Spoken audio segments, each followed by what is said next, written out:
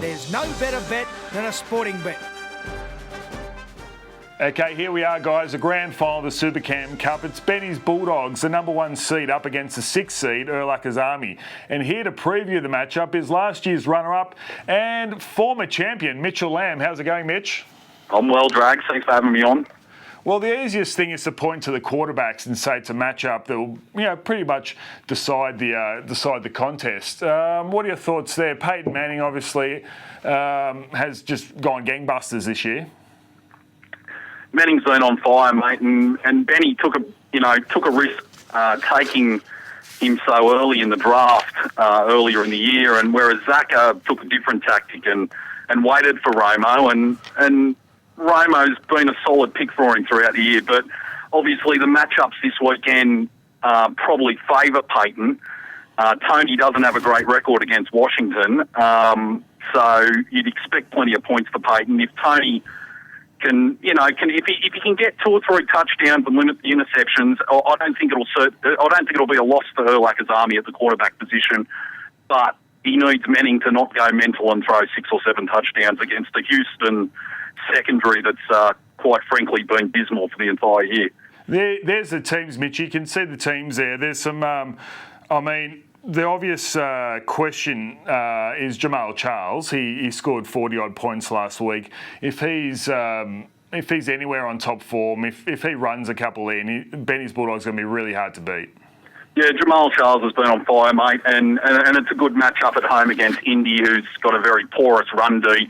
But the other running backs in the game this weekend are very important as well. I mean, Zach's tandem duo of McCoy and Matthews have been on fire lately. Ryan Matthews has stepped up and improved as a fantasy player this year, and he's become quite a consistent force for Urlacher's Army, who, in previous years has drafted Ryan Matthews, and he's probably been a disappointment. He's taken another risk taking him again this year, and he's come through for him finally towards the end of the season, and right at the crunch time when he needed him too. On Benny's side, obviously Jamal Charles is as solid as you get. Probably be the number 1 pick or number 2 pick in fantasy football next year. But, of course, he took a risk by taking Eddie Lacy early. That's paid off, and Chris Johnson's been solid without being spectacular this year. But definitely the running backs could decide this matchup because you've got 4 or 5 from both sides really in form, and you can expect a lot of points there, I think. Well, before we look at the wild cards in this matchup, let's have a look at the market here. And I believe Benny probably deservedly goes up favourite there, $1.65. I'll be surprised if there's not a swamp of money for Benny. I think he might start $1.55 to tell you the truth.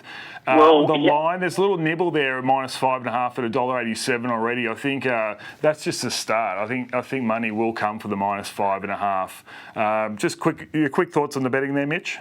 Yeah, definitely Benny deserves to be favourite. He's won 8 straight. It's hard to not have him as favourite for this game. But I think I wouldn't shock me if there was a little bit of money for Urlacher's later in the week as we get closer to the game. He's got a few late starts throughout his team, and that might be an advantage come Monday morning. Well, the thing about, I guess, Urlacher's Army is, like the bad boy Pistons of the late 80s, early 90s, probably won't get a lot of sentimental money.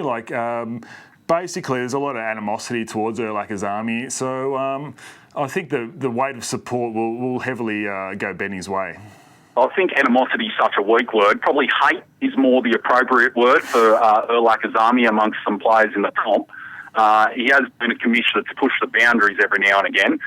And Benny's he's a quiet demeanour sort of guy, He's a very likeable character, so it wouldn't shock me if there was a bit of sentimental money for Benny's through a flood of small bets from the minor punters, I'd imagine.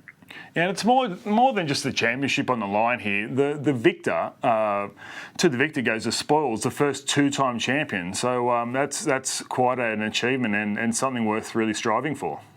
Well, the way Urlacher's talks, you'd think he'd won it 5 years straight.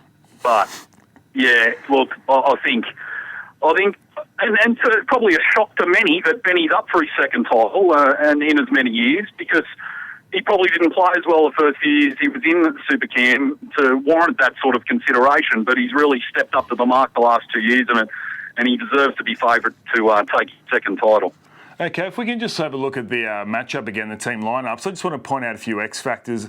Well, Eddie Lacy up against the Pittsburgh D. I mean, to me, that's not the best matchup. But I think in the wide receivers, Alshon Jeffrey, who would have predicted such a breakout year? Well, actually, I guess Zach and Mitch, you guys might have predicted that, being huge Chicago fans. And Eric Decker, whilst not a wild card, there's so many mouths to feed in that Denver Broncos offense that whether he gets his fair share, that's going to go a long way to deciding the victor. Definitely. Look, we got 3 receivers in this comp who have had more than 1,000 yards this season, and nearly double-figure touchdowns for 3 of them. So, yes, the wide receiver. Look, it looks to be a big point-scoring final, if you ask me. There's a few matchups there that really favour both sides. Bryant and Jeffrey, in particular, facing very porous defences at the back, and Jordy Nelson. That'll be an interesting matchup against Pittsburgh. A lot depends on whether Rodgers plays. Like you mentioned, Eddie Lacy didn't practice yesterday, which is something to note. If Lacy can't go, I'd imagine he moves Charles out of the flex position and brings in maybe James Jones. Then he'd have 2 Green Bay wide receivers. Is he willing to take that risk, especially with a question mark over Rodgers? So there's a few question marks there, both sides injury-wise, but I think probably the biggest concern's for Benny right now. So I noticed quite late in the piece, only minutes before, that Jay Feely was extricated out of the Urlachers lineup and Nick Novak was inserted. That gives him a double-prong attack from San Diego, Ryan Matthews and Nick Novak. Ryan Matthews, people had given up on him. He was drafted, I guess, by the Chargers as a replacement of LT, probably the best fantasy running back, in the last decade, really. And I think he's really stepped up to the plate this year. He's massively stepped up to the plate, especially late in the season.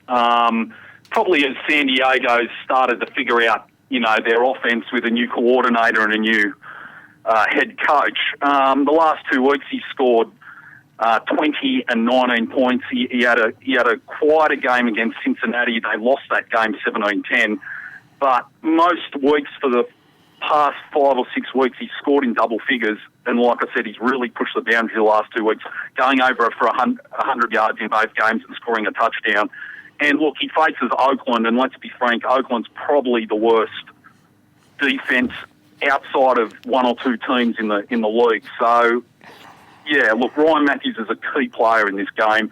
Nick Novak, can't blame him for picking him up. He's scored double figures 4 out of the last 5 weeks, so it's no shock that he's headed away from Jay Feely, considering Arizona's away to Seattle this week. Well, I didn't put up the projected scores. I didn't think it was worthwhile because they haven't been accurate at all this year. But just for the record, Urlacher's Army 136, Benny's Bulldogs 134.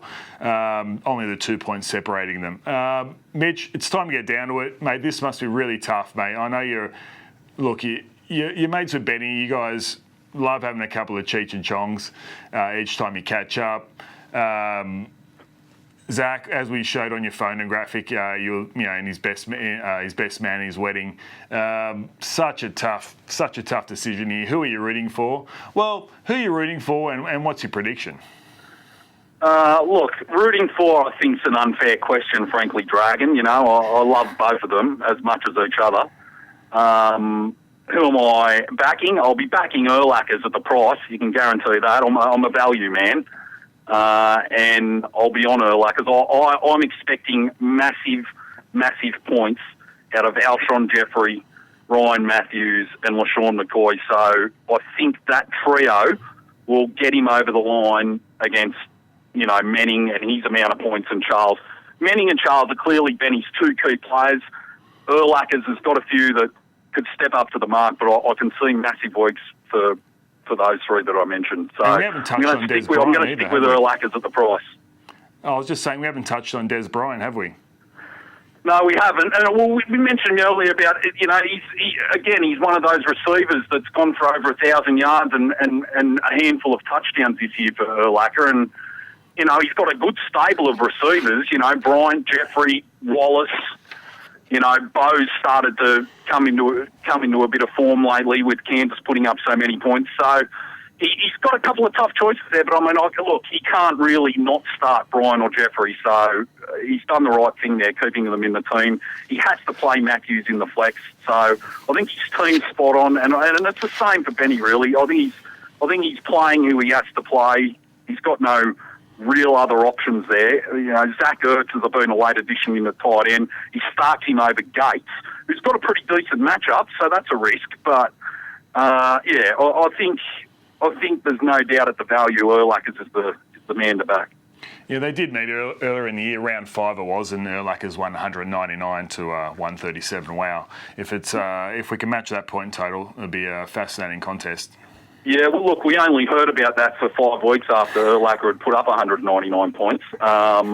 You know, he kept that. He didn't say much about it after it happened, really. So, look, I doubt that'll happen this week. I don't think that'll happen, but I do expect a high-scoring game. You know, 130 plus points out of both teams looks a definite to me. Oh, it's been another fantastic year, Mitch. I'm sure you agree. We've had controversy. We've had everything. We've had the message boards really lit up on occasion, and I just count down the days till the draft day next year.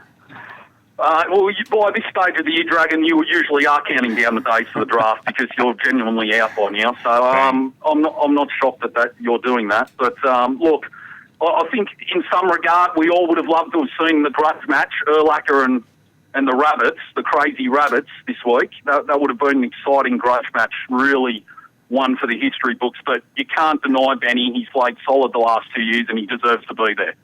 Well, the neutrals wouldn't have known which way to go if the Rabbits played the Army. So, all right, Mitch, thanks for your time, mate. I'll catch up with you soon. Appreciate it, Drags. Good luck. All right, and that's enough. That's it. Good luck to both teams. There's no better bet than a sporting bet.